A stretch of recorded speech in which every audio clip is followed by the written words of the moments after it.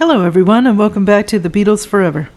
In our last episode, we saw Brian in his gradual start of going downhill.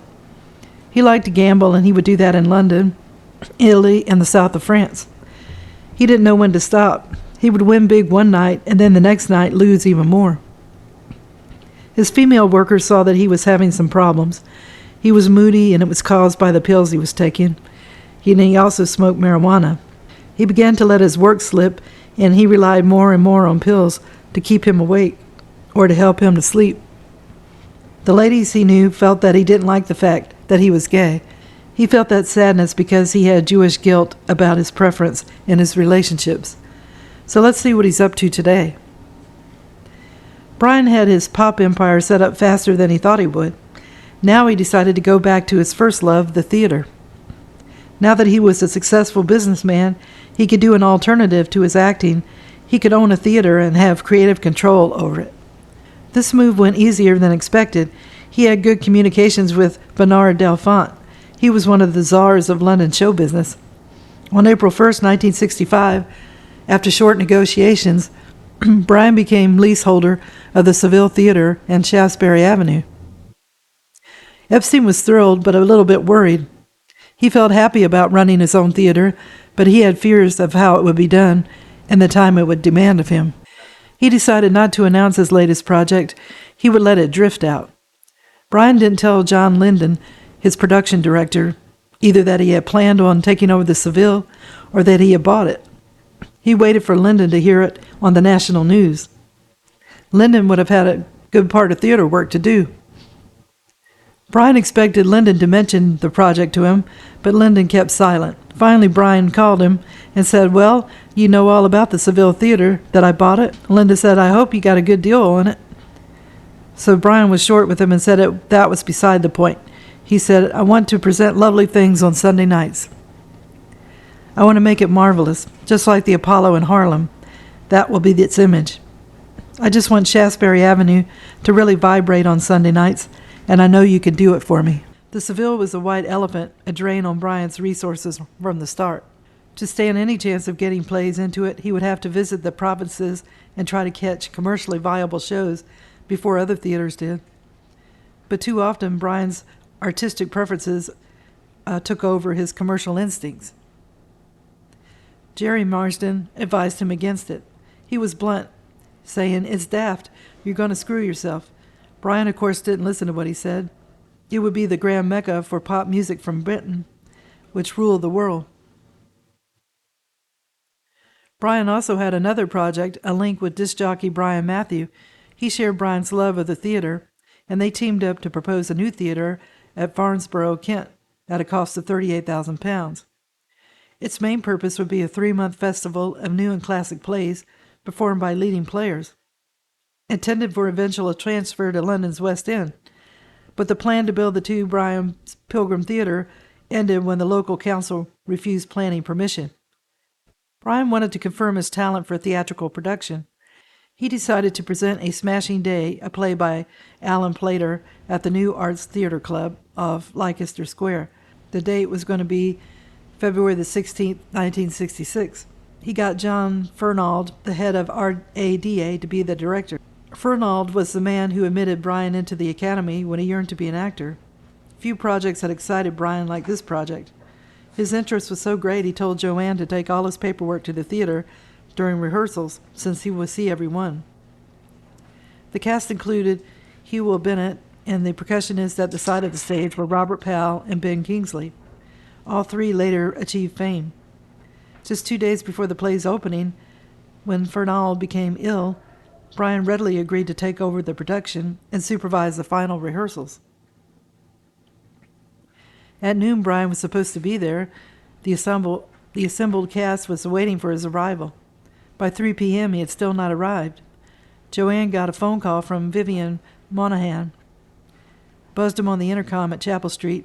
"Brian, you were meant to have been at the theater." And Brian said, "I'm sick." He sounded tearful and emotional. "I'm very sick and I can't go. I have the flu. Please leave me alone." Joanne told Vivian, who was facing a confused and demoralized cast. She wasn't prepared to accept Brian's withdrawal.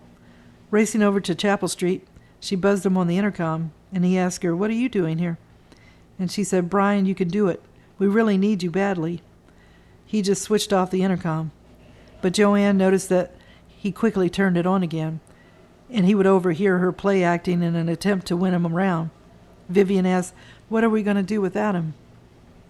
The ploy worked. Brian appeared after a while, and he was immaculately dressed, but he looked exhausted. It had been the utter fear, Joanne said. He was terrified of his big moment in the theater, and his body had become so resistant to the very strong pills. And that caused him to feel zonked out when he woke up. The thought of a smashing day landing in his lap was too much for him. But Brian responded when assured that he was essential to its existence. His instructions to the actors were decisive. It wasn't a difficult play to produce, said Bennett. He liked the idea of taking over. There seemed to be no reluctance. It was, after all, his money that was invested in the play, and he saw it as a career step. Bennett said that everything he touched at that time turned to gold. Brian's enthusiasm was contagious in the press. He persuaded Lennon and Ringo to attend the first night and filled the audience with his friends from the pop world. The Beatles noticed that Eppie had rarely looked so happy. The play was a high spot in Brian's life. At last he was credibly involved in the legitimate stage.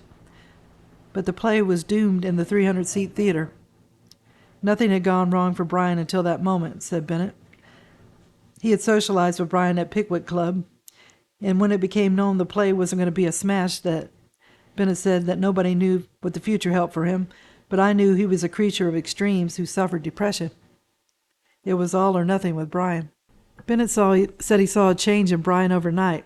At 2 a.m., after the play and party, everyone was in a state of relief, and Brian insisted that someone take him to Fleet Street to buy the morning papers so he could see the reviews. Bennett said the reviews weren't bad, but no unqualified raves. Bennett said that Brian was very naive and he didn't take failure well. When he read the reviews, he was deeply distressed. He had it all out of proportion. A Smashing Day was a very small play on show in the right place. It was going to play to fairly small audiences. Brian has always had delusions of theatrical power and saw his production as momentous. After the lukewarm reviews, Epstein almost totally withdrew from the project. Hywell Bennett said, on the second night he came into my dressing room and subjected me to an hour, saying that everything was my fault. One night he was giving me the world, and the next night he was distressed, having a tantrum, and saying he didn't need the theater. He had these extremes. Brian was able to qualify the lack of success by writing it off as good fun. The next day the old Brian was back, and he took Hywell to his hairdresser. Epstein had a different hairstyle, and Hywell complimented him on it. And Brian blushed as red as a beetroot. I'd never seen that in a man. I realized it was a dangerous thing to say to Brian. He was naive.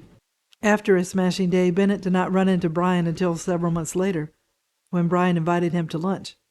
Bennett said he would always think warmly of Brian Epstein. He was the kind of person one had to keep at arm's length because our sexual preferences were very different. There was a weak side to him when things did not go his way. My brush with him was brief, but I wouldn't have missed it.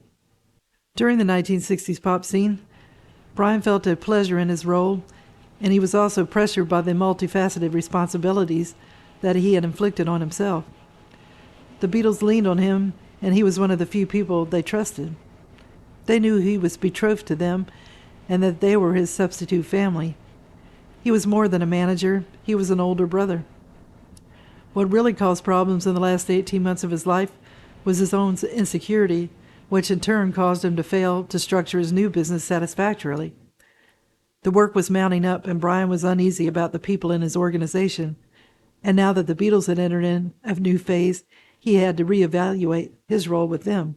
Along with the pressures, he had loneliness. Whom could he turn to, apart from his mother, father, and brother? They couldn't break the private wall he built up. He didn't have a lasting relationship. Brian faced all his worries in solitude. The changes in Brian didn't happen when the Beatles changed their tempo. It happened 6 months earlier. At Chapel Street, his secretary knew that he was taking slimming tablets as uppers and other pills as downers. He hoped to balance the two, but he couldn't do it. He became a compulsive pill taker. Joanne remembers him taking more of the white slimming pills than he should have been taking. Joanne said she had been taking those pills herself, and she said, I knew I would be awake for 2 nights if I took a half. Brian took a whole one often. He told her he took them to keep his weight down. She said he was very weight conscious. He could get heavy if he wasn't careful. He used to eat and drink a lot. I don't think he was fit. He used to put too much stuff into his body and never took any exercise. Joanne said he was a man living on borrowed adrenaline.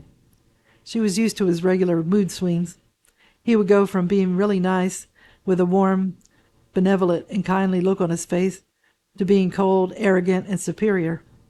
Often this was because of his drug use.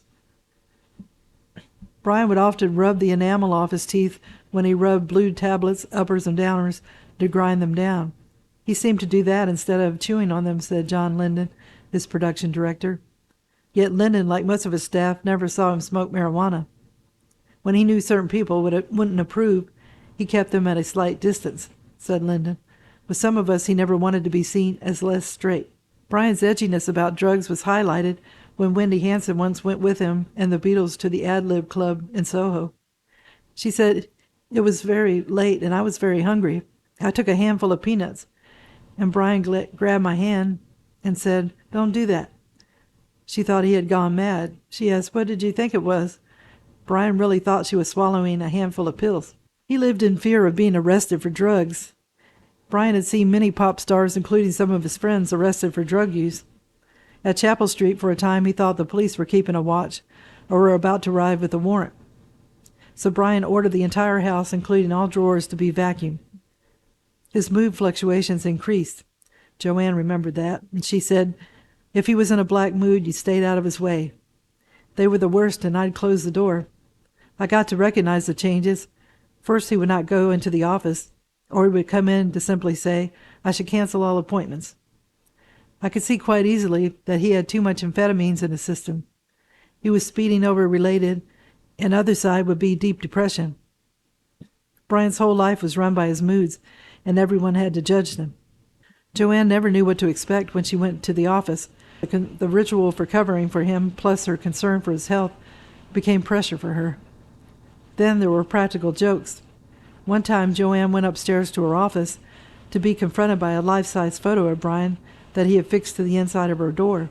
She said, when I closed the door, it was like he was standing there. I leapt out of my seat.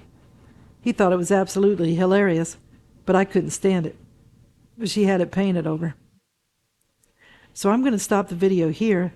In this episode, we see that Brian was trying to make a go of the theater again, this time by purchasing a theater and then to have a creative control over it. He wasn't too happy when his play wasn't as successful as he thought it was going to be. Next, we learned about his increasing reliance on pills to get him through his work. Everyone could see a difference in him, but they couldn't do anything to stop it. As it was said in the book, Brian's whole life was run by his moods, and everyone had to judge them. As I mentioned before, I created a list of merchandise from Amazon that I thought you might be interested in, and if you click on the link, it takes you to the Amazon page, and if you purchase anything, I get a small commission that is of no extra cost to you.